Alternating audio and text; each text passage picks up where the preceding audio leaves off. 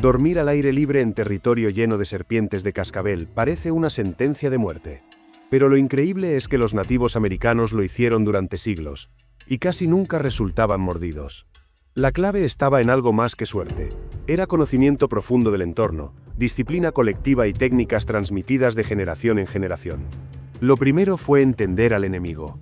Las tribus no improvisaban, no se lanzaban a dormir en cualquier parte confiando en la fortuna. Pasaban años observando a las serpientes, aprendiendo sus costumbres, descubriendo que no eran criaturas asesinas empeñadas en atacarlos. Una serpiente de cascabel no busca cazar humanos. La mayoría de mordeduras ocurren porque alguien pisa encima de ella o se sienta sin mirar. Para los nativos, el secreto estaba en anticiparse. Cada estación del año traía un comportamiento distinto. En primavera, las serpientes salían de sus refugios invernales con hambre. En verano, cazaban sobre todo al caer la tarde. En otoño buscaban lugares cálidos para pasar los meses fríos. Y en invierno, permanecían casi inmóviles, agrupadas en madrigueras profundas. Era un calendario natural, un pronóstico animal que la gente aprendió a leer con precisión. Saber esto cambiaba todo. Permitía elegir dónde acampar, cuándo moverse y cómo comportarse. Una serpiente es un termómetro viviente. Depende del calor externo para funcionar. Y aunque podría parecer que un cuerpo humano caliente sería perfecto para ella, en realidad suele evitar objetos grandes y cálidos. Para ellas, lo grande y lo caliente es sinónimo de peligro. Los mayores enseñaban a los jóvenes a identificar cada rincón donde podía esconderse una serpiente. Rocas soleadas durante el día, pilas de ramas secas, cauces de arroyos secos que se convertían en carreteras naturales para reptiles. Conocer estos sitios era parte de la educación básica, tanto como aprender a cazar o a encender fuego. Pero el conocimiento del comportamiento no bastaba. Había que preparar el terreno. Para los nativos, el acto de limpiar un espacio para dormir era un ritual de supervivencia. No bastaba con apartar un par de ramas. Cada brizna de hierba, cada hoja seca, cada tronco pequeño debía retirarse. Un suelo limpio era sinónimo de seguridad, porque a las serpientes les encantan los escondites. Después, venían las barreras. El método más ingenioso y simple era el uso de ceniza. Los restos de hoguera se convertían en círculos alrededor del área de descanso. Para un humano, la ceniza no significa nada. Para una serpiente, es como arrastrarse sobre papel de lija. El roce irrita sus escamas y les resulta insoportable. Una línea de ceniza era como una muralla invisible. En algunas regiones, daban un paso más y levantaban plataformas. Bastaban unas ramas atadas entre sí o pieles extendidas sobre soportes. La idea era simple: dormir elevado, fuera del alcance directo del suelo. Una serpiente podía pasar por debajo, pero rara vez trepaba para investigar. Con eso se eliminaba gran parte del riesgo. Escoger dónde acampar era tan importante como lo que se hacía en el campamento. Instalarse junto a un río podía parecer lógico por la facilidad de acceso al agua, pero era peligroso.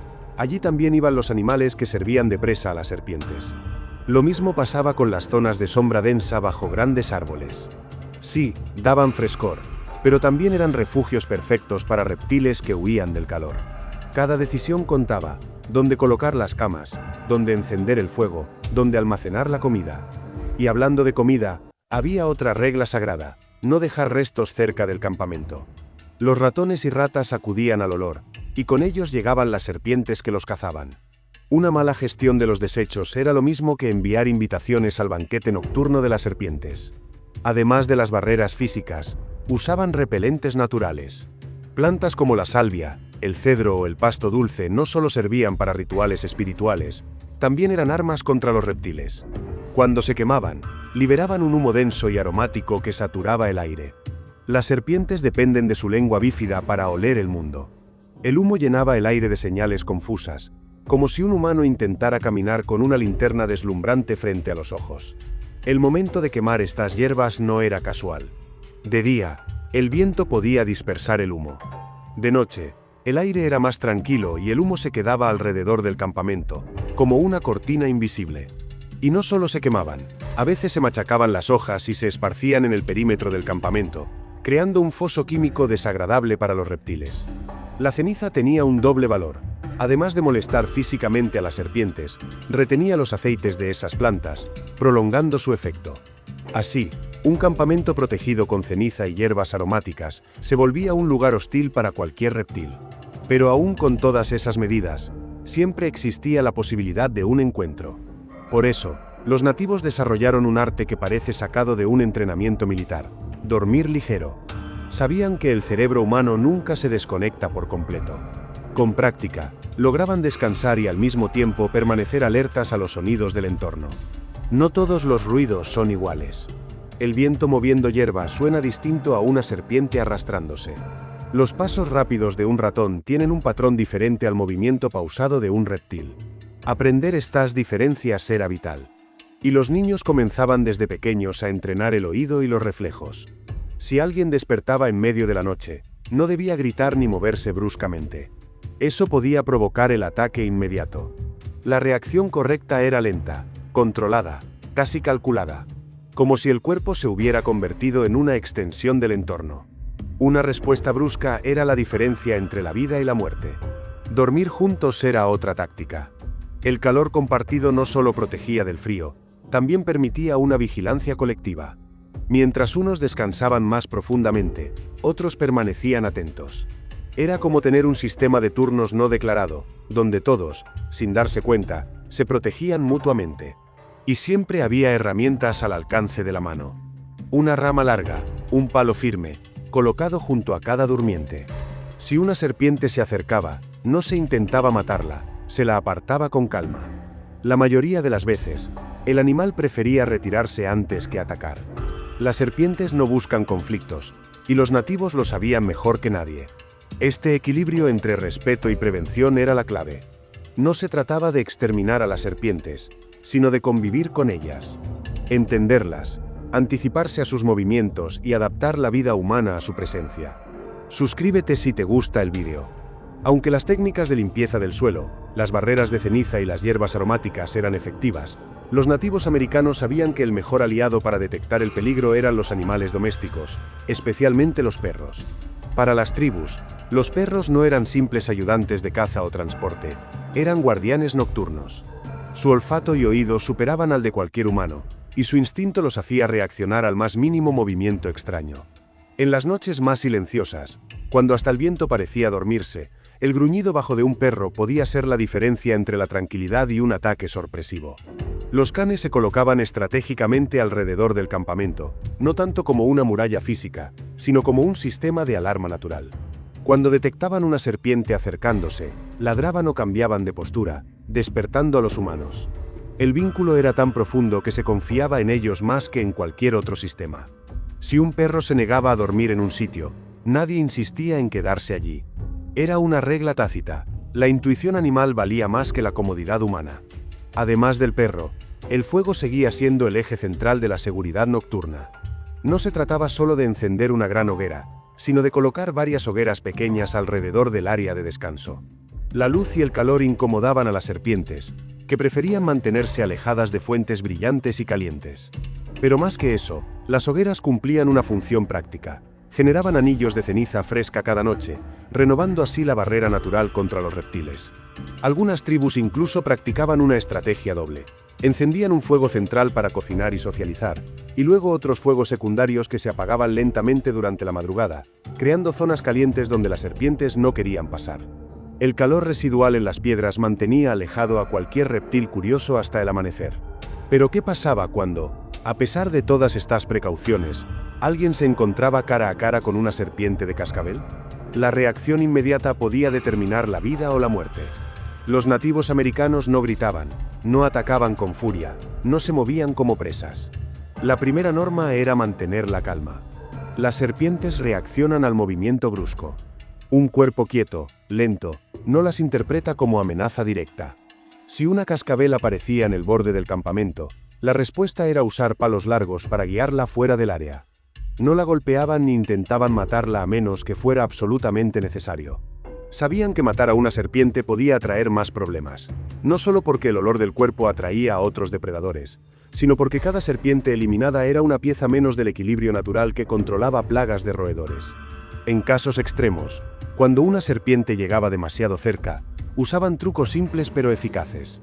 Uno consistía en lanzar polvo, tierra suelta o ceniza hacia el animal.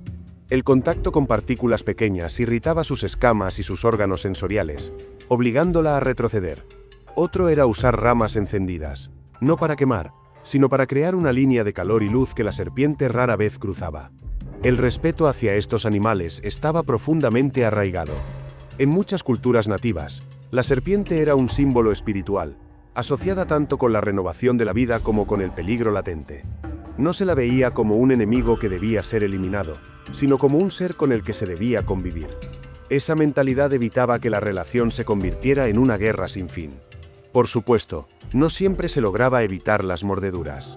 Cuando alguien era atacado, el conocimiento médico tradicional entraba en juego.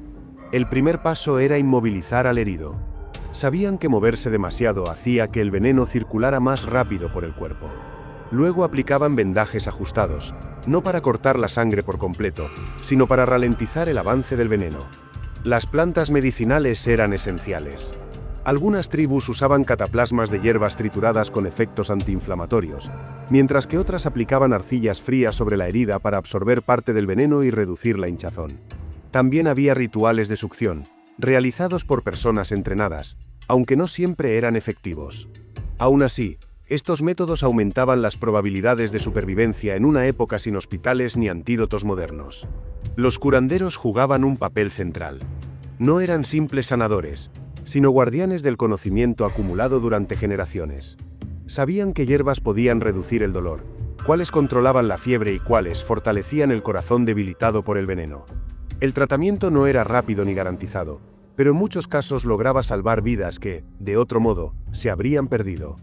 Dormir en grupo seguía siendo otra defensa clave. No solo ayudaba a detectar amenazas, también permitía reaccionar rápido. Si alguien era mordido, los demás estaban allí para asistir de inmediato, preparar remedios o mover al herido a un lugar más seguro. La comunidad era la verdadera medicina contra los peligros del entorno. Además de las precauciones nocturnas, había educación constante. Los niños aprendían desde pequeños a distinguir el sonido inconfundible del cascabel. Ese traqueteo seco y repetitivo se grababa en su memoria como una alarma natural. Saber detenerse al escucharlo era una de las primeras lecciones de supervivencia. Otra regla enseñada era la del respeto al territorio. Se evitaba caminar entre arbustos densos sin revisar antes, y se usaban palos largos para apartar la vegetación. Incluso al recoger leña o frutos, siempre se inspeccionaban los alrededores con cuidado. La prevención estaba en cada paso. La vida en territorios de cascabeles no era un enfrentamiento constante, sino una negociación diaria. Era aceptar que ellos estaban allí primero, que ese era su hábitat natural, y que el ser humano debía aprender a coexistir. Lo asombroso es que, gracias a esa mentalidad, los encuentros fatales fueron mínimos en comparación con lo que esperaríamos hoy. Dormir al aire libre, rodeados de serpientes venenosas, parece una locura desde nuestra perspectiva moderna. Pero para los nativos americanos era parte de la rutina, una prueba de disciplina y sabiduría. Entendieron que el miedo no era útil, lo útil era el conocimiento. Y con ese conocimiento lograron lo que parecería imposible: transformar un entorno hostil en un lugar habitable. Si algo definía la relación de los nativos americanos con las serpientes de cascabel era el respeto. No las veían solo como animales peligrosos, sino como guardianes del territorio. Muchas tribus creían que la serpiente tenía un papel espiritual. Advertir con su cascabel no era un gesto de agresión, sino un recordatorio de que el humano había cruzado una línea. Esa visión cambió la manera en que interactuaban con ellas, porque no actuaban desde el miedo ciego, sino desde la comprensión. Esa comprensión se reflejaba en rituales. Algunas comunidades realizaban danzas y cantos que imitaban el movimiento de las serpientes, como una forma de honrar su presencia. No era superstición vacía. Al incluir a la serpiente en su cosmovisión, reforzaban la idea de que la convivencia era posible si se respetaban los límites. Para los jóvenes, estas ceremonias eran también una lección práctica. Aprendían que el cascabel no era un sonido de terror, sino una advertencia que debía escucharse con atención. En la práctica diaria, esa enseñanza se traducía en reglas claras. Nunca levantar una piedra sin antes examinar lo que había debajo. Nunca meter la mano en un hueco oscuro.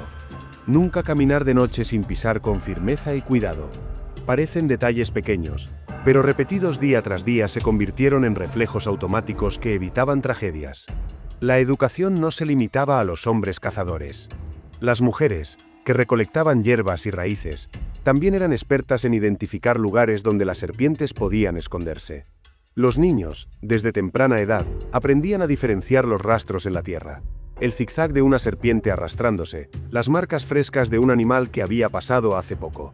Era un conocimiento compartido, accesible a todos los miembros de la tribu. Incluso en momentos de tensión, la calma era la clave. Si una serpiente entraba en el campamento, no se creaba pánico colectivo. Un par de personas se encargaban de redirigirla fuera, mientras el resto mantenía la serenidad. Sabían que un grupo en caos podía terminar peor que la amenaza misma. Esa disciplina comunitaria fue tan importante como cualquier técnica física. Otro aspecto fascinante era la capacidad de adaptarse al paisaje cambiante. No todos los territorios eran iguales, y cada región exigía un enfoque distinto. En desiertos calurosos, las serpientes se movían sobre todo al amanecer y al anochecer. En zonas boscosas, se escondían bajo troncos caídos. En las praderas, podían camuflarse en la hierba alta. Los nativos aprendieron a leer estos contextos y ajustar sus hábitos. Cambiar horarios de caza, modificar lugares de descanso, mover el campamento unos metros más allá. Esa flexibilidad fue parte esencial de su supervivencia. No se puede ignorar la importancia de la observación paciente. A diferencia de los colonos europeos, que muchas veces se topaban con la muerte por desconocimiento, los pueblos originarios habían pasado siglos mirando cada detalle de su entorno. Sabían cuánto tiempo permanecía activa una serpiente después de comer, qué tan lejos podía alcanzar un ataque, y hasta qué piedras eran preferidas para calentarse al sol. Ese conocimiento era su escudo invisible. Con el paso del tiempo, esas técnicas se transmitieron no solo en palabras, sino en prácticas cotidianas. No se enseñaba con manuales, se enseñaba viviendo. Un niño que acompañaba a su madre a recoger raíces aprendía dónde no pisar. Un joven que observaba a su padre limpiar el terreno antes de dormir aprendía la importancia de eliminar escondites. Cada gesto, repetido en la rutina, formaba parte de una cadena de memoria colectiva. Hoy en día, muchos de estos conocimientos parecen exóticos o innecesarios, pero en su momento marcaron la diferencia entre la vida y la muerte. Y aunque tengamos zapatos gruesos, linternas y repelentes modernos, el principio sigue siendo válido. La naturaleza no es nuestra enemiga, es un sistema que debemos aprender a comprender. Al mirar hacia atrás, sorprende ver cómo una comunidad podía dormir tranquilamente en lugares infestados de cascabeles. No era una temeridad, era un equilibrio. El respeto, el conocimiento y la cooperación los protegían más que cualquier arma. Donde otros veían un territorio hostil, ellos veían un hogar compartido con criaturas que también formaban parte del ciclo de la vida. Los colonos europeos quedaron atónitos al descubrirlo. Acostumbrados a exterminar lo que les parecía una amenaza, no entendían cómo los nativos podían convivir con serpientes venenosas sin intentar erradicarlas. Pero esa era la diferencia fundamental. Mientras unos intentaban dominar el entorno a la fuerza, los otros lo navegaban con inteligencia y humildad. Incluso en tiempos modernos, algunas comunidades nativas mantienen viva esa relación. Siguen usando plantas aromáticas en rituales, enseñan a los niños a escuchar la naturaleza y recuerdan que la supervivencia no se trata de pelear contra todo, sino de encontrar un lugar dentro del equilibrio natural. El legado es claro, no hay entorno demasiado hostil si se comprende cómo funciona. Dormir a la intemperie, con serpientes venenosas al alcance, se convierte en una lección atemporal.